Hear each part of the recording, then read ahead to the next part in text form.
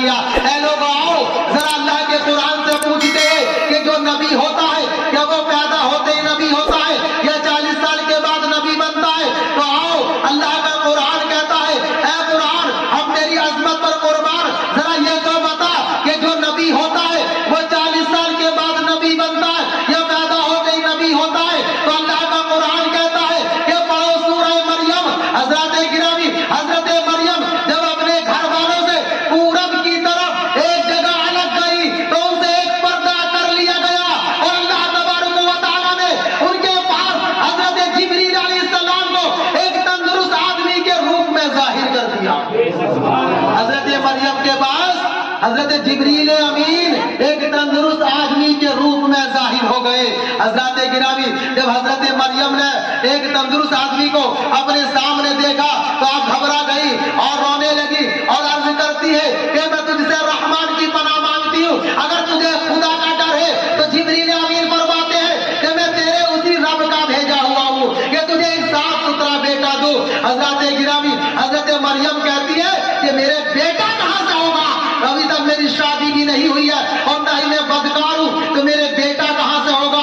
حضرت جبریل فرماتے ہیں ارے یہی تو حکم خدا ہے، یہی تو حکم الہی ہے، یہی تو منظور الہی ہے کہ تمہیں بغیر مرد کے چھوئے ہی لڑکا عنایت فرمایا جائے. اور یہ کام تیرے رب کے لیے آسان ہے، یہ کام تیرے رب کے لیے آسان ہے. حضرت جبریل امین نے حضرت مریم کے گریبان میں دم کر دیا. پھر کیا ہوا؟ اللہ کا قرآن کہتا ہے کہ وہ حاملہ ہو گئی. پھر کیا ہوا؟ اللہ کا قرآن کہتا ہے کہ حضرت عیسیٰ علیہ السلام کو جنم، یعنی حضرت عیسیٰ علیہ السلام پیدا ہو گئے.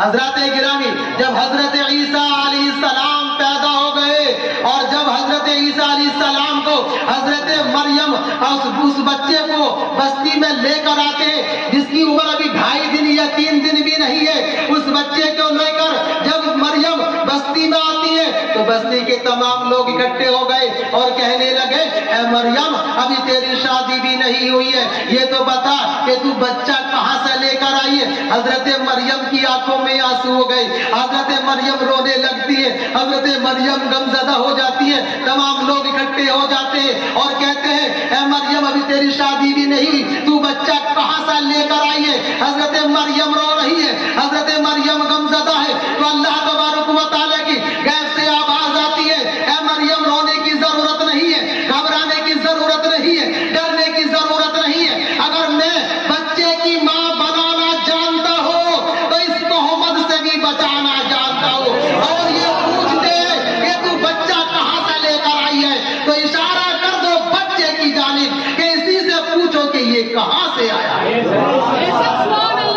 گرامی جب اللہ کی یہ آواز غیبی آواز حضرت مریم کے کان میں پہنچتی ہے تو حضرت مریم ان لوگوں نے جب حضرت مریم سے زیادہ چانا گوئیاں شروع کر دی تو حضرت مریم نے کہا ارے اسی سے پوچھو کہ یہ کہاں سے آیا ہے، تمہیں سب کچھ یہی بتائے گا.